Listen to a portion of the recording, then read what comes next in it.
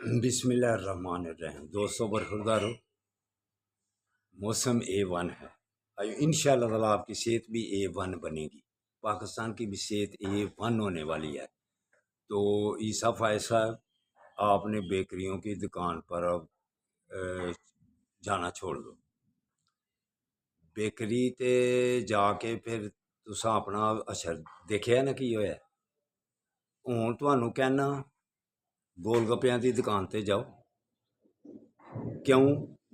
गोलगप्पे वाले की पता होए चीफ जस्टिस कौन है, फायज ईसा कौन है।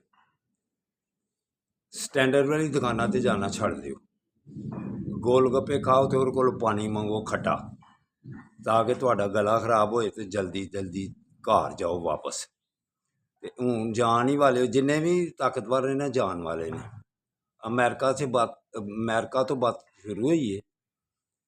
ते अमेरिका ट्रंप भी ब्यूरोक्रेट के चक्कर च फसया दा। ते साडे पाकिस्तान च भी इहो ही हाल है।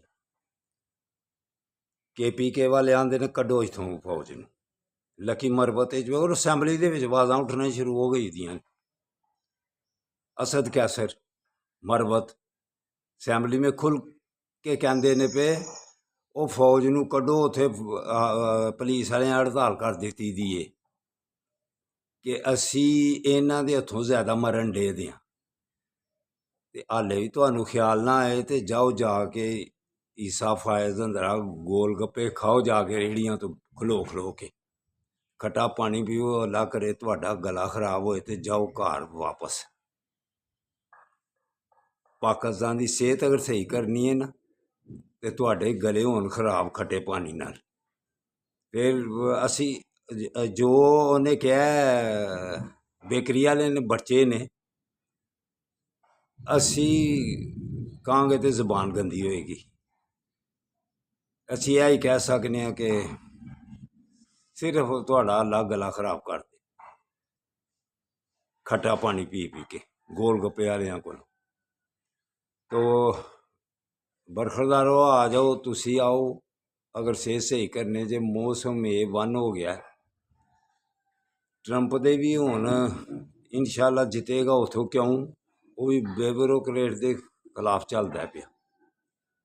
जदों इत्थे अफगानिस्तान चो फौजां वापस भेजियां हन ना ट्रंप ते इमरान खान ने मिल के, इत्थों फौजां वापस गईयां सन।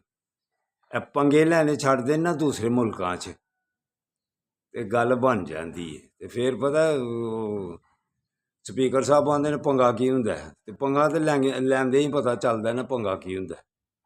तो पंगे लैने छड़ दिओ ते पाकिस्तान की सेहत सही होगी। अल्लाह हाफिज़, अल्लाह हाफिज़, अल्लाह हाफिज़।